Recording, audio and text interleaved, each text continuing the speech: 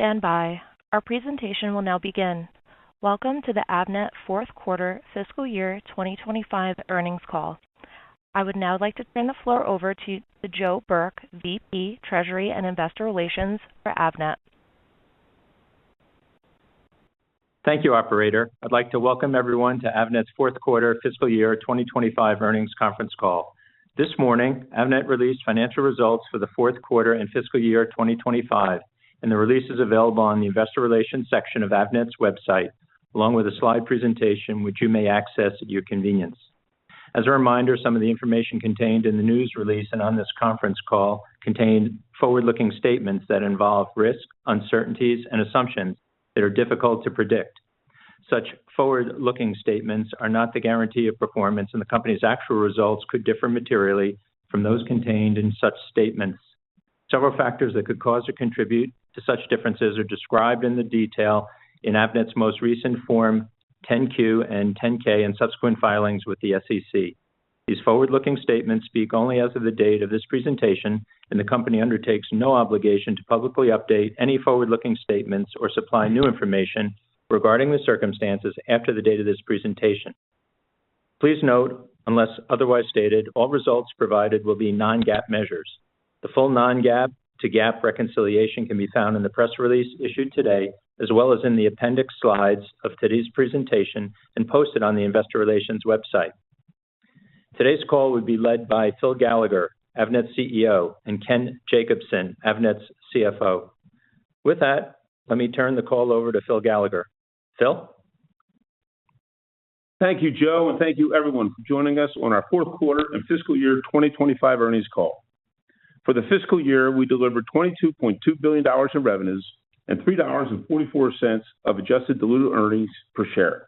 Looking back, this was a year of intense focus on managing the things within our control, including competing well in the market, strengthening our supplier and customer relationships by demonstrating the value Avnet brings to the technology supply chain, controlling costs while continuing to make investments that enable our long-term strategy, optimizing our working capital and generating healthy cash flows, and continuing to return cash to shareholders through buybacks and a dividend. We also announced a couple of key executive additions this fiscal year, including the appointment of Dave Youngblood, a 25-year industry veteran, as our Chief Digital Officer, and more recently, the promotion of Gilles Bertrand, a 23-year veteran of Avnet, as the new president of our EMEA region. Congratulations, Gilles. Gilles will be succeeding Slobodan Petrovic, better known as Puli, and Mario Orlandi, who have co-led the EMEA region with distinction for many years. They will remain with us for the next several quarters to ensure a smooth transition. Succession planning is critical to any organization, and we have a thoughtful, structured process in place at Avnet. Mario and Puli did a great job leading the success of our EMEA region over the years and also developing talent for the next generation of leadership. I want to thank them for their many years of tireless dedication. And I want to express my gratitude to our team for their unwavering commitment and hard work in driving us toward our objectives. In challenging markets like we have faced the past couple of years, our collective efforts truly highlight the critical role we play at the heart of the technology supply chain, reinforcing our value to all stakeholders. Now, turning to the recent completed fourth quarter, I am pleased we delivered another quarter of financial results that exceeded our sales and EPS guidance. In the quarter, we achieved sales of $5.6 billion and adjusted operating margins of 2.5%, highlighted by a 4.3% operating margin in our Farnell business. We also generated $139 million of cash flow from operations in the quarter. Sales were better than expected, led by Asia, which delivered 18% year-over-year growth in the quarter. Sequentially, demand increased across most of the markets we serve. On a year-on-year basis, demand increased in the compute, transportation, and communication end markets globally. Semiconductor and IP lead times and pricing remained stable for most technologies. Our book-to-bill ratio improved across all regions and Farnell last quarter. The improvement was led by our Europe and Asia regions, which were both above parity. Bookings also continue to grow in our IP&E business and remain above parity as well. We continue to coordinate closely with suppliers and customers to effectively manage our backlog, which is growing again. New customer orders within lead times, which we refer to as our turns business, also increased across all regions, and it's a positive sign that customer inventories are normalizing. Order cancellations have remained at normal levels. I am pleased with our progress on reducing inventories, although there's still work to do. Even so, we believe we are well positioned today and remain focused on ensuring we have the right inventory at hand, balancing reductions with investment opportunities. We expect to continue to be disciplined in optimizing our inventory as we move through fiscal year 2026. Now, with that, let me turn to the fourth quarter results. At the top line, our electronic components business increased on a sequential basis and year over year.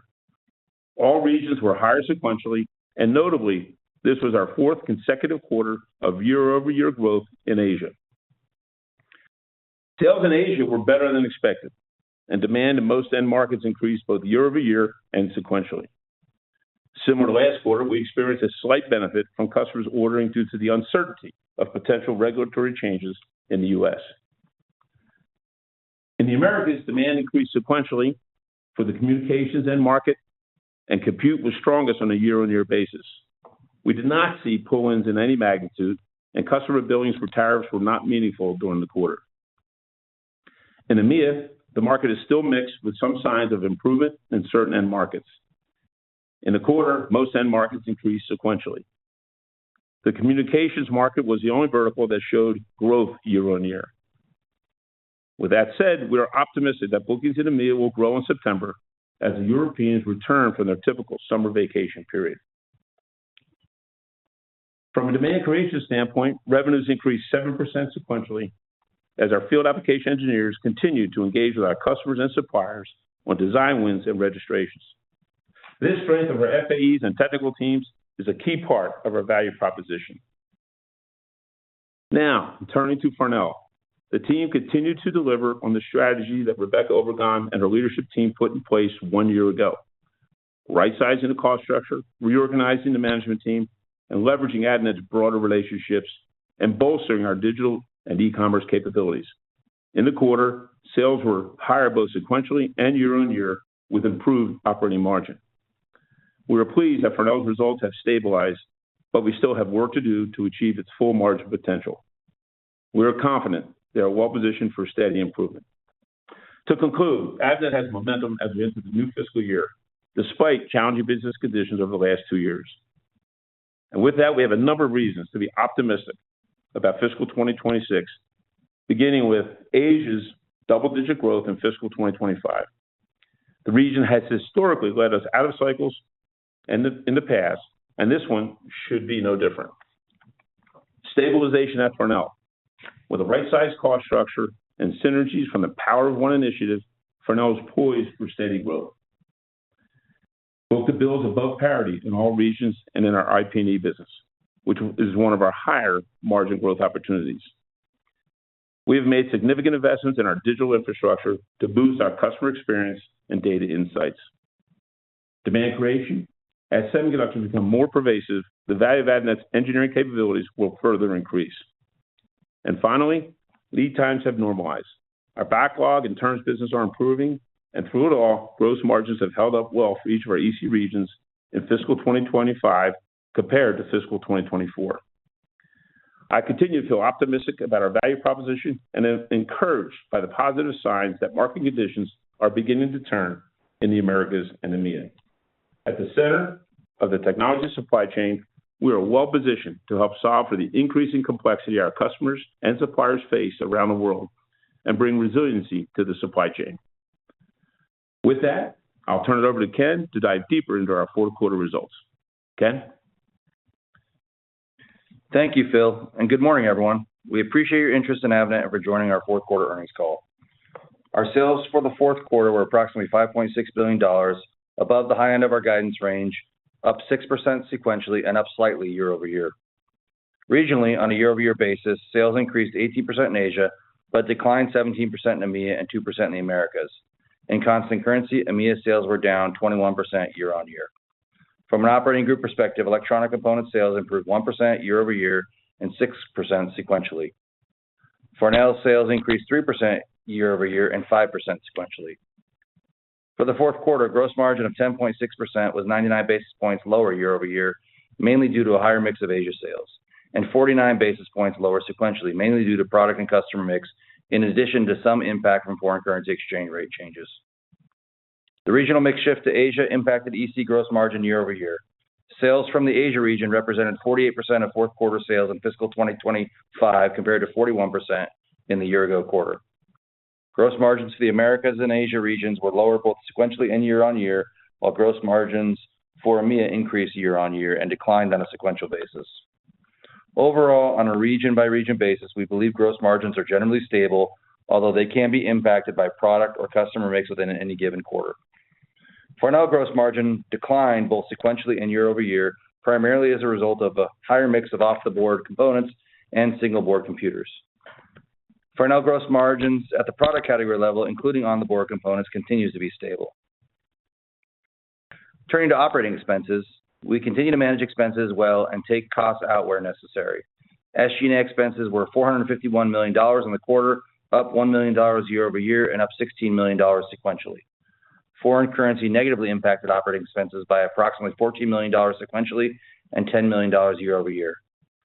Excluding the impact of foreign currency and the prior quarter benefit from the gain on sale and leaseback of facility, our operating expenses decreased approximately 2% both year-on-year and sequentially. As a percentage of gross profit dollars, SG&A expenses were slightly higher sequentially at 76%. Moving into fiscal year 2026, we expect some operating expense headwinds as a result of our decision to invest in our people by providing merit pay increases, which were not awarded in fiscal year 2025. We believe these increases are necessary to reward and retain our employees, especially ahead of the expected market recovery this fiscal year. For the fourth quarter, we reported adjusted operating income of $143 million, and our adjusted operating margin was 2.5%. By operating group, electronic components operating income was $157 million, and EC operating margin was 3%. The year-over-year decline in EC operating margin was primarily due to the sales mix shift to Asia and the sales decline in EMEA. Farnell operating income was $17 million, and operating income margin was 4.3%. Operating margin was up approximately 129 basis points quarter-over-quarter and up 25 basis points year-over-year, reflecting improved sales and the benefits of prior operating expense reduction efforts. It is worth noting that this was the first year-on-year improvement in Farnell operating margin since Q1 of FY23. Farnell operating expenses were down $7 million year-on-year and down $5 million sequentially on higher sales. There is still a lot of work ahead of us at Farnell, but as expected, we are seeing steady improvement, led this quarter by the increase in sales of single-board computers and the improvement in the number and size of customer orders. Turning to expenses below operating income, fourth quarter interest expense of $58 million decreased by $6 million year-over-year and decreased by $3 million sequentially due to lower average borrowings. This lower interest expense positively impacted adjusted diluted earnings per share by 5 cents year-over-year. We continue to look for ways to further reduce interest expense, including paying down debt with operating cash flows or reducing our average borrowing rates. Our adjusted effective income tax rate was 23% in the quarter, as expected. Adjusted diluted earnings per share of 81 cents exceeded the high end of our guidance range for the quarter. Turning to the balance sheet and liquidity, during the quarter, working capital increased $29 million sequentially and included a $35 million decrease in reported inventories, a $232 million increase in receivables, and a $168 million increase in payables. Sequential increases in foreign currency exchange rates added $202 million to working capital, including $150 million to reported inventories. Excluding the impact of changes in foreign currency exchange rates, inventories decreased by $185 million, or approximately 4% compared to last quarter. On a year-over-year basis, in constant currency, inventories are down over $400 million, or approximately 8%. We remain focused on reducing inventory levels where elevated, noting that we also want to make investments where needed. Our return on working capital is 9.4% for the quarter. We generated $139 million of cash from operations in the quarter and $725 million for the fiscal year. We expect lower cash flow from operations in Q1, primarily due to certain income tax payments that need to be made. For the fiscal year, we lowered our debt by $237 million. We ended the quarter with a gross leverage of 3.4 times and we had approximately $1.1 billion of available committed borrowing capacity. During the quarter, net cash used for capital expenditures was $60 million, which included the planned purchase of an office building. We expect capital expenditures to return to normal levels of approximately $25 million to $35 million per quarter in fiscal year 2026. For the fiscal year, we returned a total of $415 million to shareholders through our share repurchases and dividends. In the fourth quarter, we paid our quarterly dividend of 33 cents per share, or $28 million. We also repurchased approximately $50 million worth of our shares.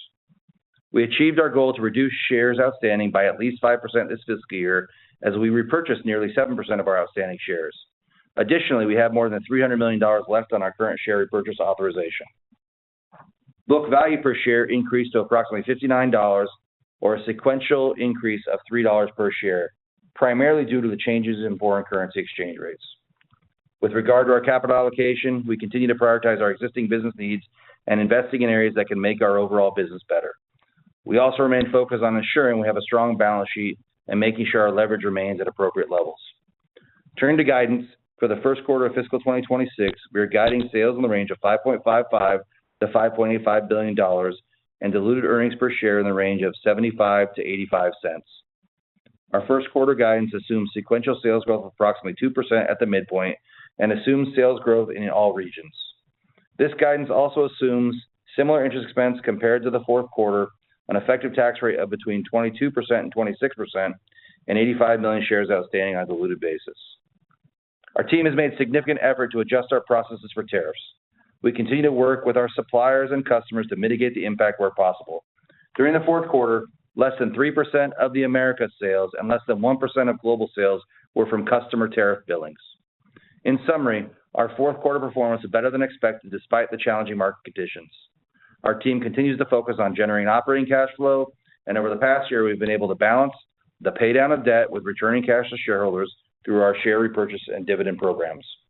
I want to echo Phil's comments and thanking our team for continuing to focus on the things we can control. Our global scale and the diversification of our distribution center locations, the supplier technologies we provide, and the vertical markets we serve gives us the ability to reduce complexities and better serve our customers. With that, I will turn it back to Phil for one last word before questions. Phil? Thanks, Ken. And before we go to questions, as some of you may know, Joe Burke will be retiring and leaving Avnet at the end of the year. And I want to thank him for his many contributions over his remarkable 37-year career at Avnet. Joe's been instrumental in setting the foundation of our finance team, having served as our longtime treasurer and head of investor relations. I've been grateful for his leadership through the years, and I'll miss his insights, wisdom, candidness, and his dry sense of humor. Joe, I wish you the best in your retirement. Congratulations. You got it. So with that, I'll turn it over to the operator, and we'll open it up for questions. Thank you. Thank you. Ladies and gentlemen, we will now be conducting a question and answer session. If you would like to ask a question, please press star 1 on your telephone keypad. A confirmation tone will indicate your line is in the question queue. You may press star 2 if you'd like to remove your question from the queue. For participants using speaker equipment, it may be necessary to pick up your handset before pressing the star keys. One moment, please, while we poll for questions. Our first question comes from the line of Joe Quatrochi from Wells Fargo & Company. Please go ahead with your question. Hey, thanks for taking the questions, and congrats to Joe Burke. Thanks for all the help over the last several years. Maybe just to start, it feels like the commentary around EMEA is definitely maybe a bit more positive than 90 days ago. So can you talk about just kind of what's changed there and like what end markets maybe are driving? Yeah, Joe, thanks. Appreciate the question and the comment on Joe. Well, we have more optimism, okay, as we look at EMEA right now. I would put it that way. I mean, as you know, it's fallen down, and you look at our charts as a percentage of our revenue, it's come down quite a bit. It's been soft. So we're just starting to see, again, we're not celebrating, I'll be really clear, but the bookings are coming back modestly. When I look at the backlog build up in EMEA, it's starting to increase year-on-year. I'm looking at it as we speak, and Q-on-Q. So I would just say it's modest, but we're definitely starting to see some movement there. And for us, that's a big deal. It's a critical region for us from a profitability standpoint, as you know. Got it. That's helpful. And then I guess as a follow-up, I appreciate that FX is kind of making, the inventory dynamics a bit more difficult to kind of, track quarter to quarter for at least just looking, at it on the balance sheet at a point in time. But I guess, how should we think about just inventory trends in the September quarter, that you're thinking about, relative to trying to still work that down maybe in some pockets? Yeah, Joe, I'd say, we expect the EC business to continue to drive inventory down. So, a modest decline next quarter, and then offset a little bit by Farnell. So I think this quarter was about $186 million. Net of FX, some of that was coming from Farnell. A lot of it came from Europe, but continued progress in the core, including, Asia and the Americas. So, still have work to do there on the inventory side, but would expect, despite the, up sales a little bit, to bring inventory down a little bit still. Yeah, and I'll just add to that, as we talked in the past, Joe, and we put in the script, we're still, making investments in inventory too. So it's not all a bad thing, right? So it's a handful of commodities more that are driving a lot of the upside in inventory. Need to keep working that down while we continue to make sure we have the appropriate SKUs and inventory levels to service the balance of the customer base. And we want to get back into the mid-80s if we can from a days of inventory. That's still our goal. Thank you. Thanks, Joe. Once again, as a reminder, if you'd like to ask a question, please press star 1 on your telephone keypad. A confirmation tone will indicate your line is in the question queue. One moment while we pull for more questions. Our next question comes from the line of Ruplu Bhattacharya with Bank of America. Please go ahead with your question. My questions, Joe. We're going to miss you. Stay in touch. You're retiring too soon. So really appreciate all the help. Thanks, Phil, Ruplu. Thank you. All right. Phil, I wanted to start by asking on the core business. So Asia remains strong. How do you see that trend continuing over the next couple of quarters? How do you see the mix of regions, and how does that impact the core business margins as we go forward? Yeah, great question. I'll let Ken jump in on the margins a bit. Yeah, I would make it really clear too. We're super proud of our team in Asia Pac, and they've been not only growing and increasing share, but holding their margins as well. So to have 4 quarters in a row of year-on-year growth is pretty good. And again, proud of them and our position there. As far as the next several quarters, we feel pretty good about Asia.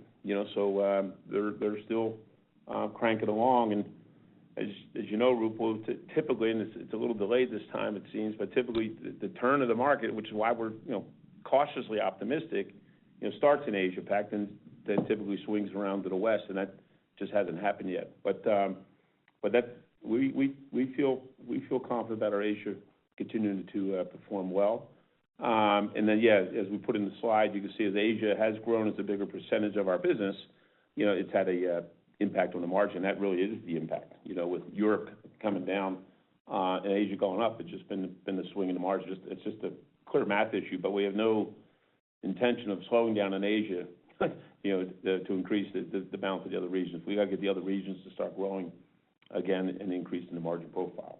Ken, you want to jump in? I think Phil mentioned the script, but I want to emphasize, we kind of measure the businesses in terms of their standalone gross margin, right? We can't necessarily control the mix because of the fact of where the different markets are at, but each of the regions really, we're flattish year over year for the full year. So we feel pretty good about that, fundamentally the gross margins are holding up.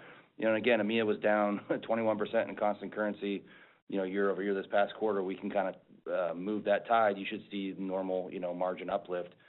So how long it takes to kind of catch up that mix, from what it was before, is still to be determined based on how fast the recovery is. But, just getting back to growth in Europe, has some positive benefits on the margin and the Americas as well, right? So, we should, as the West begins to grow year over year and starts to recover, we should start to see a more favorable mix to the West, but getting back to where it was, may take some more time.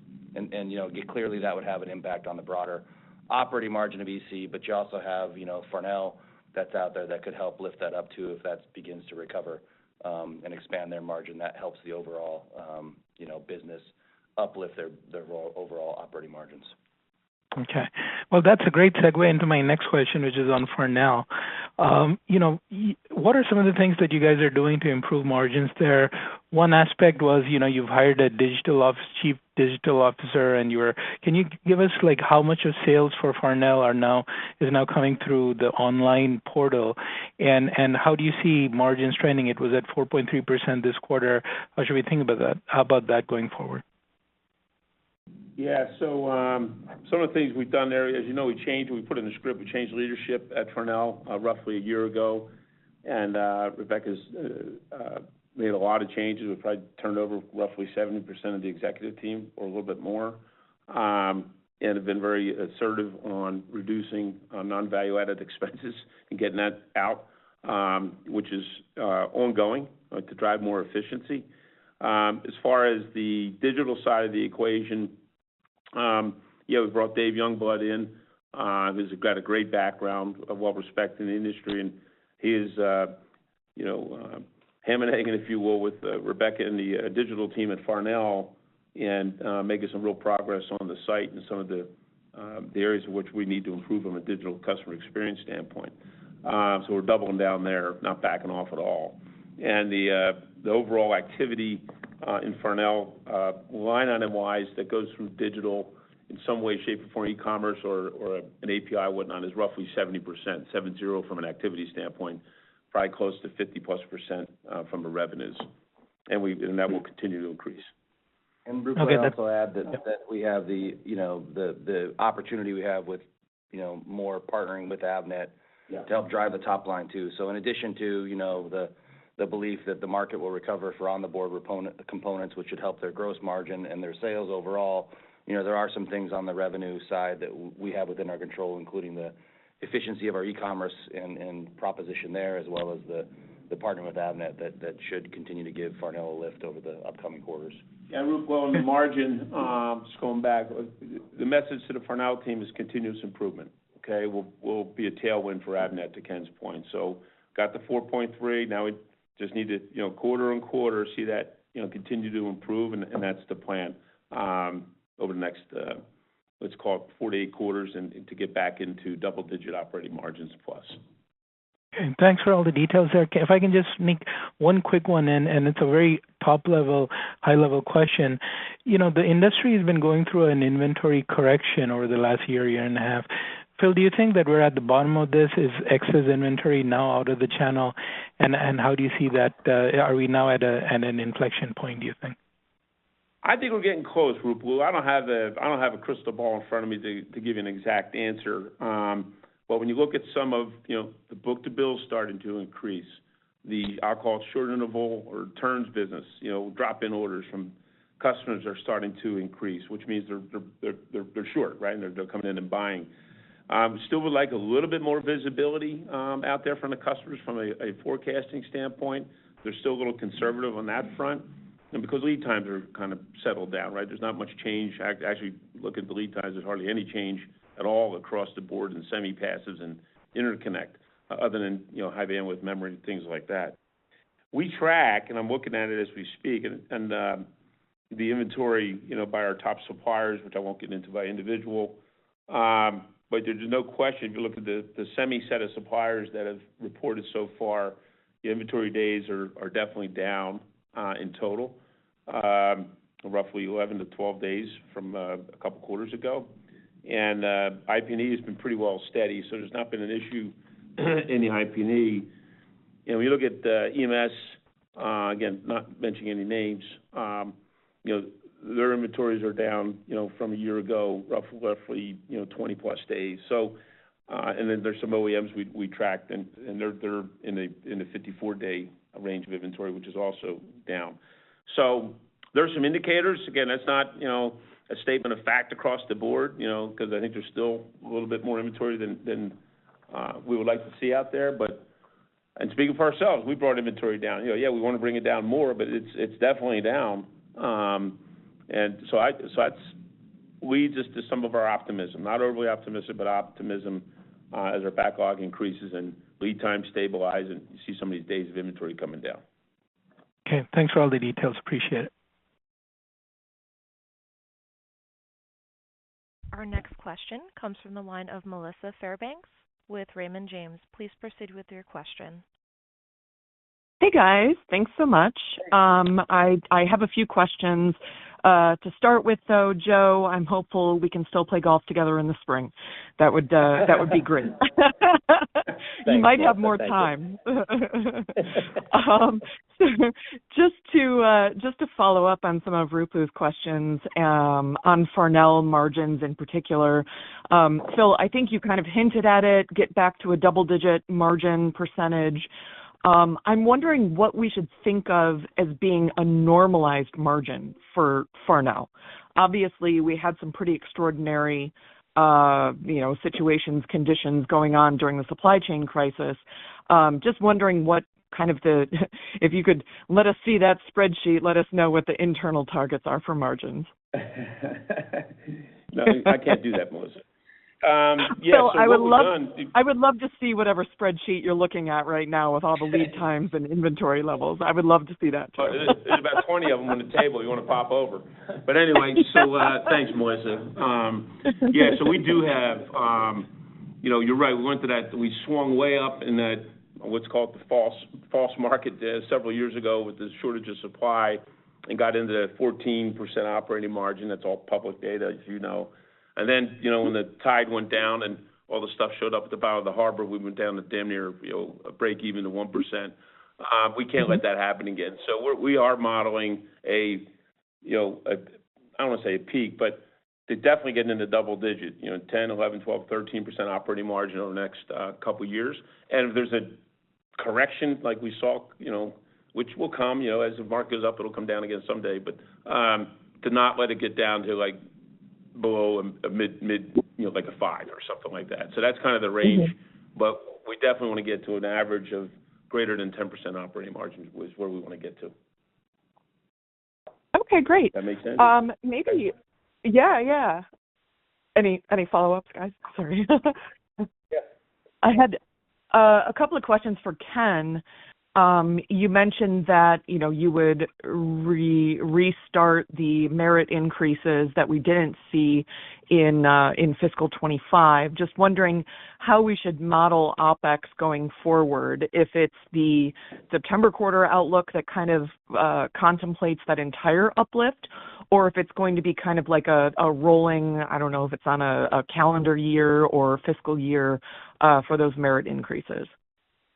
Yeah, it's the full impacts in the guidance in the first quarter. So, how I think about it is, there's been some currency impact on the Q4 number, but really the impact here is really, the merits. So think about it being, $8 to $10 million for those, and it's already in the run rate. Now, with that being said, there's a few things we're looking at to help curb, potentially other inflationary things that come with the new fiscal year.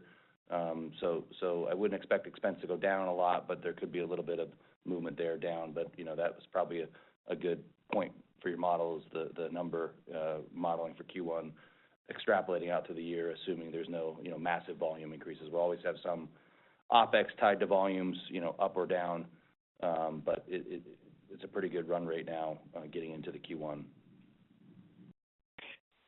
Okay, and maybe as a last question, asking you guys to pull out your crystal ball forecasting. It was nice to see interest expense come down a little bit in the June quarter. I see that you're guiding for flattish during the September quarter. Assuming that we are starting to see some stabilization, maybe even an inflection point in some of the broader demand, what should we be assuming in terms of inventory investment, and then potentially what that means for the interest expense going forward? Yeah, I think, Melissa, how we look at it is we have enough dollars of inventory, right, for the current level of sales, even for some growth it's really about, continuing to get a higher quality mix. There's some pockets where we need to continue to work it down. So I would say, we expect it still to come down again modestly, but at the same time, we wouldn't expect to utilize a lot of cash to, grow the business here. So there's still some work to do internally in terms of the inventory, but, we expect it to go down a little bit still, all things being equal. But even with, more aggressive recovery, we think we've got enough dollars and we'll begin to turn it faster. Great. Thanks very much, guys. I appreciate all the detail. Thanks, Melissa. Thank you. Gentlemen, there are no further questions at this time. I'll now turn it back to Phil Gallagher for closing remarks. Thank you, operator. And let me thank everyone for attending today's earnings call and look forward to speaking to you again at our first quarter fiscal year 2026 earnings report in October. Have a great rest of the summer. Ladies and gentlemen, this does conclude today's teleconference. You may disconnect your lines at this time. Thank you for your participation.